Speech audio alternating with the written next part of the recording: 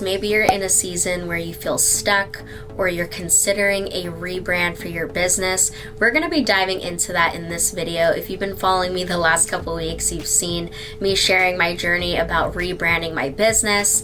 And in this video, I wanted to share with you the lessons that I learned from this process, my biggest takeaways, and my advice to you if you are considering rebranding your business. So be sure to grab that pen and paper and continue watching to the very end.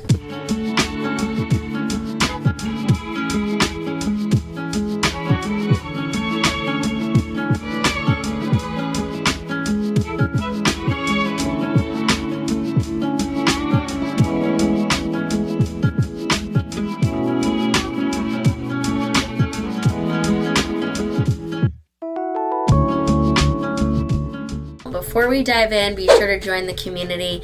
Comment below if you are considering rebranding your business, maybe what sparked this for you, any questions that you have, or if you have personally rebranded your business as an esthetician. We'd love to hear about your tips and advice in this video too. So let's start with the first part of this video of why I decided to rebrand my business. This is definitely a topic that I plan to go more deep into. So if you're interested in any of my future resources or my upcoming in-person training in September, be sure to go to my website. Coupons and early bird deals for you in there, so you're gonna want to be part of my email list. But anyways, why I rebranded. Coming in as a solo Esty, it's all great and wonderful to do everything yourself.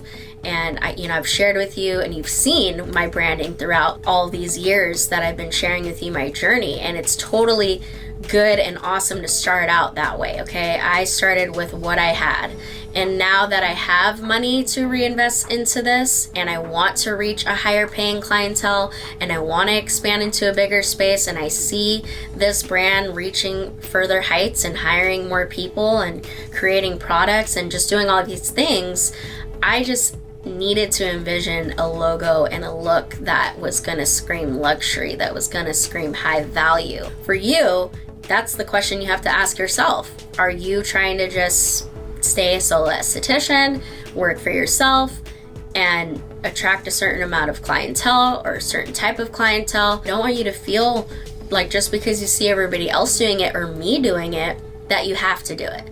It's going to be something that you just personally will know when it's time. I just want you to think, okay, where do I see this brand, my company going? And if it's beyond 6 figures and it's beyond just working for yourself and it's beyond working in a small room and you see more for yourself, then a rebrand definitely will be in your future. And so I've mentioned this before, you also have to match that level up. And I will say the other reason why I decided to rebrand was because on a personal level, I feel like I needed to get unstuck. Maybe to you guys watching me, you're like, what? Like you haven't been stuck, but it's all relative, right? On the outside, remember, everybody looks like they got it together, that they're, have it all figured out. But guys, I have been going through a lot of really challenging things in my personal life on top of everything else that I've been having to juggle. We can get into that in another video. Go ahead and follow me on my vlog channel on YouTube, where I do plan to share more about what I'm doing on a personal level in my life to level up and be successful, and talk more about my journey as a single mom. But the last 2 years has been challenging, and you would think that when you do a rebrand, you would do it because things are going really well. And yes, things have been going well. But at the same time, sometimes it's what you need to get out of a rut, to get out of that stuck space, because it kind of forces you to think bigger again. Because I think once you open your business, you start getting into a little bit of a rhythm, right? And you're like, okay, this is cool, this is comfortable. And I do feel like I was getting comfortable. So me, on a personal level, I felt like I needed something to push me out of my comfort zone again and to help me dream bigger and to reach for higher things. And I felt like doing a rebrand just made the most sense. It's been a challenge, being a single mom, having a son with special needs, the challenges of just having a business. I mean, all of those things are very real and very much happening in my life, but I've never ever used that as a reason to stay stuck. So I want to encourage you that if you have it planted in your heart to do a rebrand because you feel like you need something to take you out of a space that you haven't been happy in, then I definitely would encourage you to consider it. And I'm not honestly even telling you that I'm in a financial position really to do this. It is an investment. Let's get into the biggest takeaways from this process. Number one is I'm so glad that I have been disciplined with saving. When I was living with my grandmother and my son wasn't requiring as much care, I had a lot more money to play around with. So I really was disciplined with saving, and I put away a lot of money to be able to save for a rainy day or just for the business. And I'm just so glad that I did that, because now I've been able to reinvest that money into this rebrand, because it ain't gonna be cheap, y'all. If you want to have a brand that is going to elevate you and to stand out, you're gonna need to have bread, okay? Saving is gonna be a huge part of being able to do that. Now, I'm not gonna lie and say I have a bunch of money like sitting around right now. I've had to use a lot of money to keep the business open the last year and a half. I've had to use a lot of money for my son's care. I moved out of my grandmother's house. I'm paying rent here in the Bay Area. So I'm feeling it, you guys. I hope you guys know that I'm not in a position where I feel like this is like to other people, if they were to look at my finances right now, that they'd be like, yeah, this is probably a smart move. But honestly, all of the books and advice I've gotten from people who've actually leveled up and are millionaires and who have brands, they took their biggest leaps when they were at their lowest of the lows. Although I'm not necessarily in a financial position, I do feel like this is what I needed to do. And just like when I opened up my practice in 2020, that was not ideal, doing it during the pandemic and me like barely having a penny to my name at that point. It's never gonna be a time where you think you should do it, honestly. I mean, you'll feel it in your gut, and that's why I say like being in tune with yourself is really important, and taking calculated risk is important. So like, of course, I'm not gonna tell you to go and spend all your last dimes and dollars when you have bills and responsibilities to pay for. So thankfully, Moxie Gum Marketing does have payment plans, so I did decide to do a payment plan with her. And yeah, I did invest some of my last dollars into this rebrand. I went all in, you guys.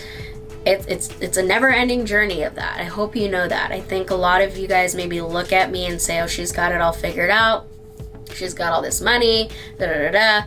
Like, please don't assume that about anybody that you see online, because you don't know their situation. So I feel like I had just enough to do this, and instead of spending it on something else or being scared and holding on to it, I decided, you know what? I need to take a chance again. I need to have faith. I need to invest in something that I know will return back to me. And I know without a doubt that doing this rebrand will bring more success, more opportunity, more clients, everything. So just know and believe that if you decide to do a rebrand, that it will be worth it. And especially if you go and you find a quality marketing team and you have a clear vision of what you want, then it's going to be successful. Also too, I think a big takeaway was this process should not be rushed. So I think you should be very open-minded and not have a hard deadline. I think you should have a deadline and obviously not let it drag on too long, but I think you should have flexibility when it comes to this rebrand, because there needs to be a creative space for this. And I also think that you need to have sole focus on this rebrand, because like I shared in my last video, I didn't get to complete some things because I just put way too much on my plate. I got too overly ambitious, which is okay. But just know that a rebrand is its own project, and it needs to have your own solo attention on it, because it's so important how it all comes together. And so I just didn't realize like how many little things went into it. Like there's still a lot of decisions that you need to make in this process, because I kind of went into it thinking, okay, I'm just gonna like hand this over to Bree and her team, and they're just gonna take care of it, and I'm not gonna have to think about it. But no, I definitely had to put a lot of time into making decisions for this rebrand. When it came to the website, when it came to the logo, the colors, oh gosh, like everything, the names of the services. I had to approve everything. So you have to make time for that around your busy schedule that you already have. So just make this your only project. And this is what I'm trying to say, that you're going to be working on for a period of time, because it is going to require a lot of attention to detail. I'm absolutely so glad that I decided to launch the branding around my birthday. Maybe some of you aren't into astrology as much, but I think generally we could all agree that your birthday is a time of the year where you just feel like your best self. I don't know, at least for me. I love my birthday season.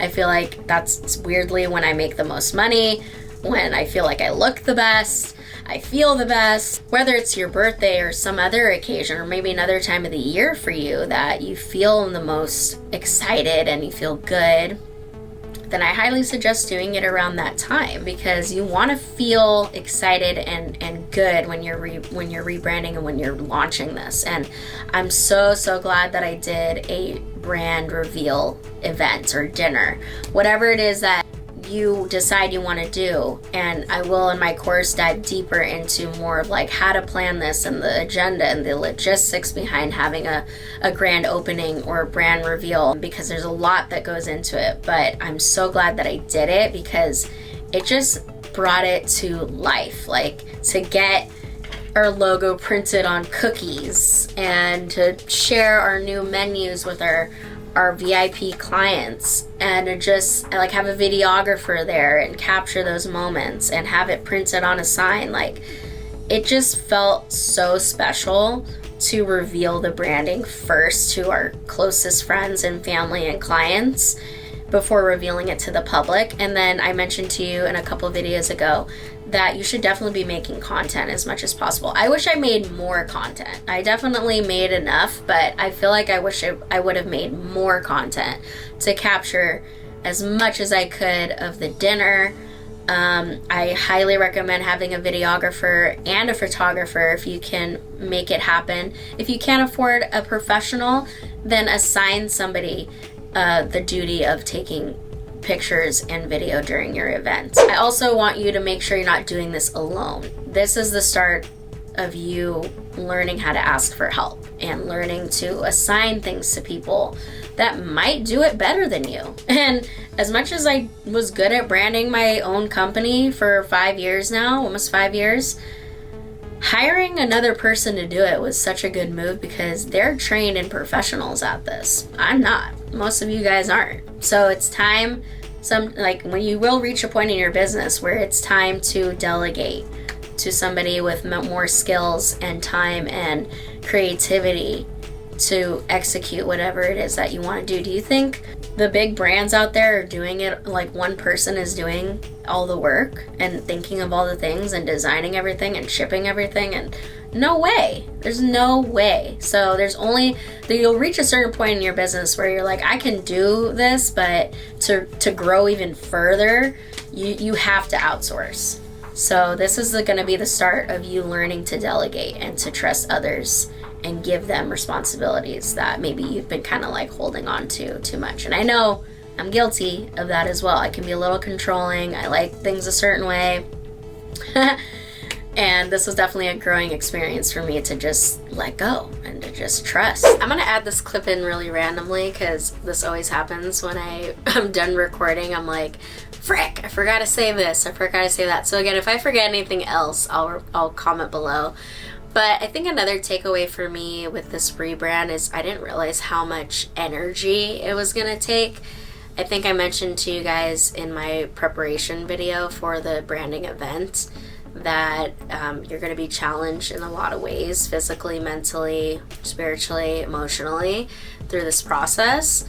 And so I just highly suggest that you have set aside some time for yourself, especially after you launch your new branding. I've for the past week or so still been like recovering from being sick. A sickness randomly popped up like right before the event, and somehow my body just like turned it off for that period of time, and then it just came back. I talked to my therapist a lot throughout this process, and my trusted friends, and of course Kristen was really there to support me. I think I mentioned, like, don't do this by yourself, because it really takes a lot of energy and time and money, and it's scary. It's scary. You already took the leap of faith just opening your business, and then now you're taking another leap of faith by rebranding your business, and it just, to me, it just felt like such a big deal, and it did take a lot of energy for me. So I suggest, if you do decide to do the rebrand in the event, to make sure you give yourself some grace, some love, and rest after, because you're gonna need it. You're gonna kind of feel a little bit like you're coming down from a high, because quite literally your brain gets high off of an event like this, off of a new chapter and a launch like this. You'll feel really motivated and excited, and you're gonna have some late nights working on things, especially leading up to it, because there's some things that you just can't do too far in advance that, like, you have to do days or the day before your launch. And I found myself, like, not sleeping a lot and not eating enough, and then after the event was over, it was like this drop of energy and motivation happened. So just make sure that you have, again, your goals and visions listed out, and me and Kristen, we ended up meeting and doing our quarterly touch base for this next quarter to kind of set our new intentions and new goals for the quarter. So just give yourself that time to rest, of course, but also just get right back into it a week or so, I would say, later, to just get you back in motion, because this is going to take a lot of your energy and creative space and mental space. So just know that it's totally normal for you to feel that way afterward. You're gonna be shedding a lot of old beliefs, old relationships, old friendships, and some people aren't gonna be happy about it. Because I do feel like I had taken a little bit of a hiatus, from the grind as much. Like, I've been doing what I've been needing to do to keep the business going, and taking my clients and doing what I need to do, right, to just keep things going. But the last 7-8 months have really been like, pedal to the floor.